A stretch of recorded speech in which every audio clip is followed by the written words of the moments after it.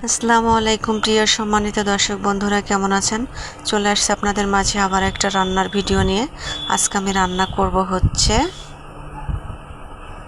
বেগুন, আলু, কই মাছ দিয়ে ঝোল রান্না করব। প্রথমে হচ্ছে পেঁয়াজগুলো বাদামি কালার করে ভেজে নিব।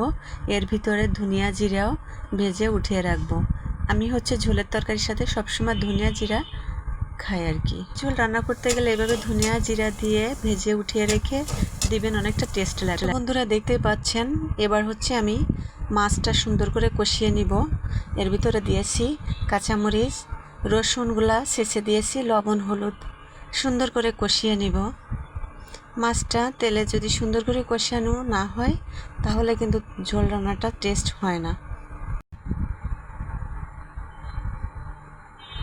বন্ধুরা দেখতে পাচ্ছেন, আমি আলুটা কষিয়ে নিয়ে পরিমাণ মতো ঝোলের পানিটা দিয়ে দিলাম।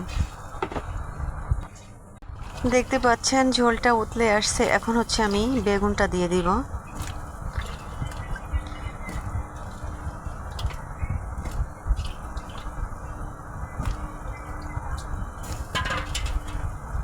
বন্ধুরা বেগুনটা দেওয়ার পরে যখন সেদ্ধ হয়ে যাবে তখন হচ্ছে পেঁয়াজ আর হচ্ছে ধনিয়া জিরা ভেজে উঠিয়ে রাখছিলাম, ওটা বেটে রাখছিলাম, এটা ঝোলের ভিতরে আমি দিয়ে দিলাম।